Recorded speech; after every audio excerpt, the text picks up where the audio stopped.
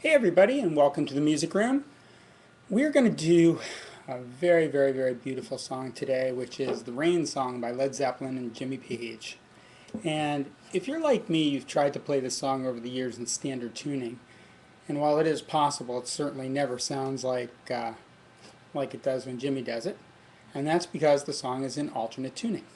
So what I'd like to do is I'm going to give you the tuning for the guitar, and then I'd like you to hit the pause button on your video and come back to me when you have your guitar retuned. Once you have it tuned into the proper tuning, the rest of the song is incredibly simple to do. So I'm going to give you that tuning first, and then you can pause the video and go and retune. D as in David, G, C, G, C, D. So I'm going to go through that again. D, G, C, G, C, D.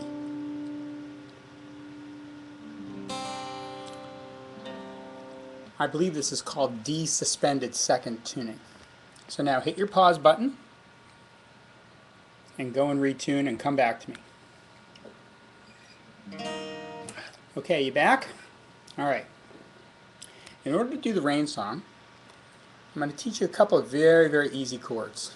Chords that you're pretty familiar with in their standard state, a couple of more unique ones. The beginning of the song uses a chord which is an A7th shape. And you all know what an A7th looks like. And we're doing that on fret 7.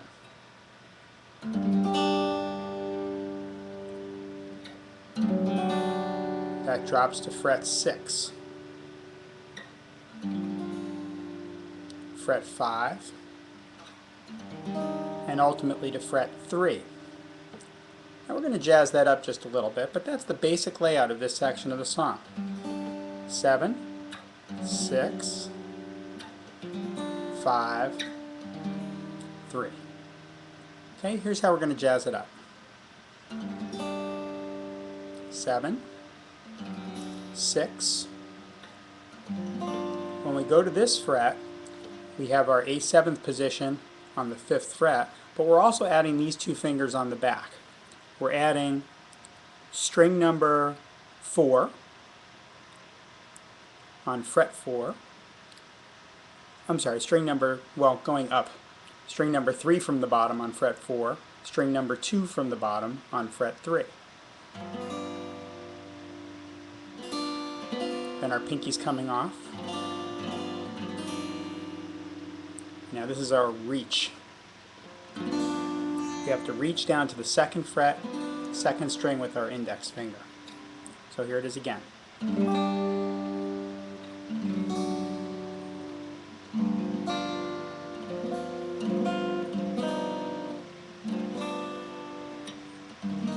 And then just an A chord position at the 3rd fret.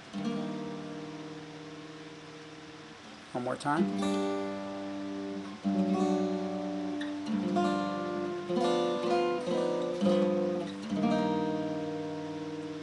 Okay, now here's a new chord for you. It's basically, if you imagine your A chord on the 2nd fret, and we're adding this note, which is our G string on the 4th fret.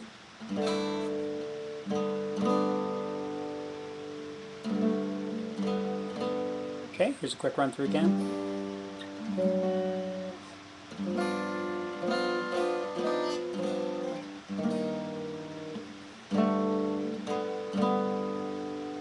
Okay, now go back to our A7th position again and go up to fret 11.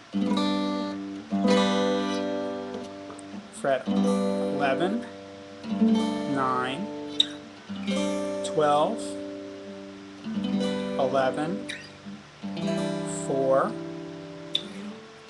sliding up to the 9th fret.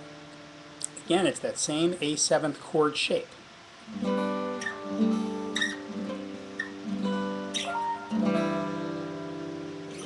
Okay,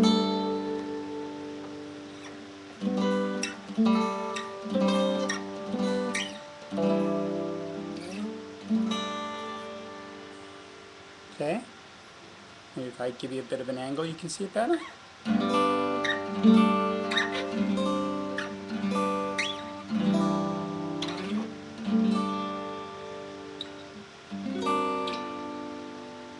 This is an F major 7th shape at the 10th fret, sliding down to the 9th fret, to an A minor shape at the 9th fret. So here that is again.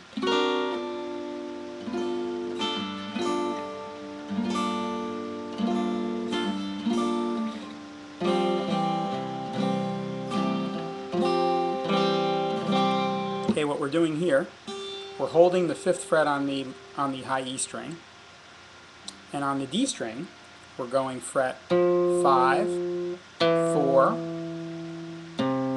5 on the A string. It just sounds like this.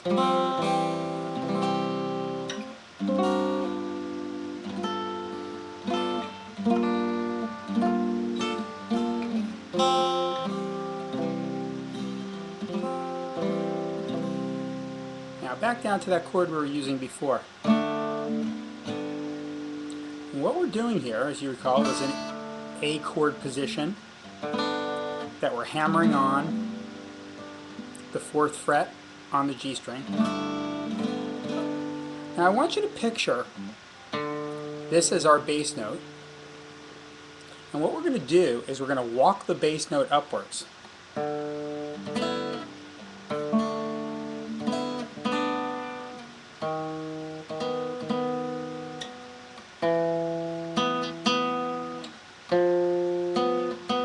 So basically, 4th fret G string, same as it was before, and what we're doing is we're just walking the bass note up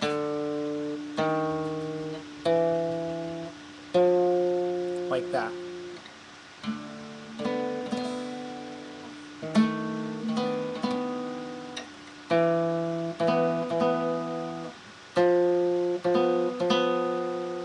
Now of course what Jimmy does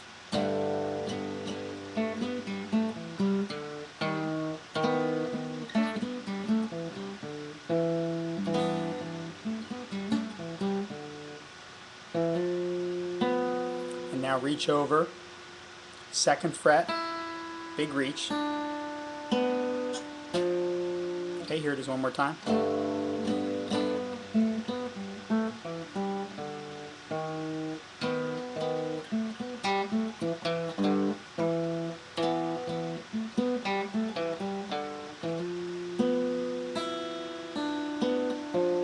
And now I'm going to introduce a new chord shape to you. What I'm doing is I'm going to bar at the 4th fret, and I'm going to add the 5th fret on the high E string. And this is going to be a chord shape that we're going to use a lot. We're never going to get through this song in one video, so we'll call this part 2 from now on, and that way I don't feel like I'm rushing as I'm watching the time clock tick along. But I want you to look at this chord shape. And it has two forms. In one form, the high E string is added right after the bar. In the other form, the high E string is added with this fret space between the bars. So in this case I'm barring the 2nd fret and adding it the 4th. And I want you to watch these chords for me.